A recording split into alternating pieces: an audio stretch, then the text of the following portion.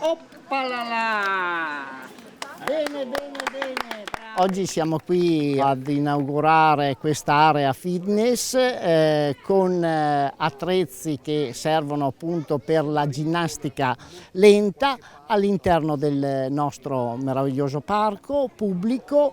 È un'area studiata in una zona particolare, molto ombreggiata, sotto le piante, che dà la possibilità anche di fare attività in piena estate sotto il sole, perché l'area è ombreggiata. Diciamo che è un intervento che costa circa 10.000 euro ed è finanziato con parte dell'avanzo di amministrazione. Era molto atteso e richiesto anche dalle nostre associazioni sportive, e questo va proprio ad aumentare le possibilità non solo di giocare, di stare insieme dei nostri ragazzi, ma le possibilità come attività sportive.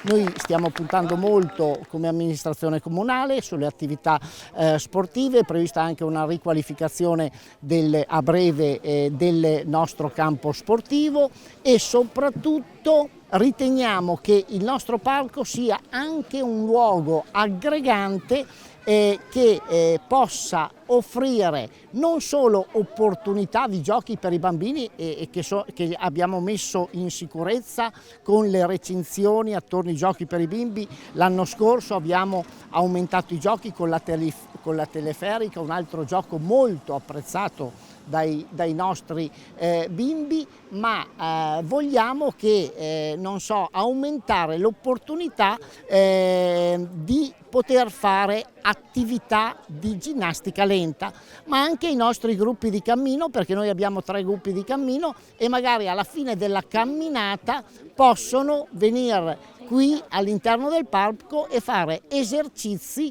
che aumentano quella che è l'input che vuole dare all'amministrazione comunale, e un po' con il coinvolgimento di tutti i cittadini, di aumentare le opportunità per promuovere i corretti stili di vita.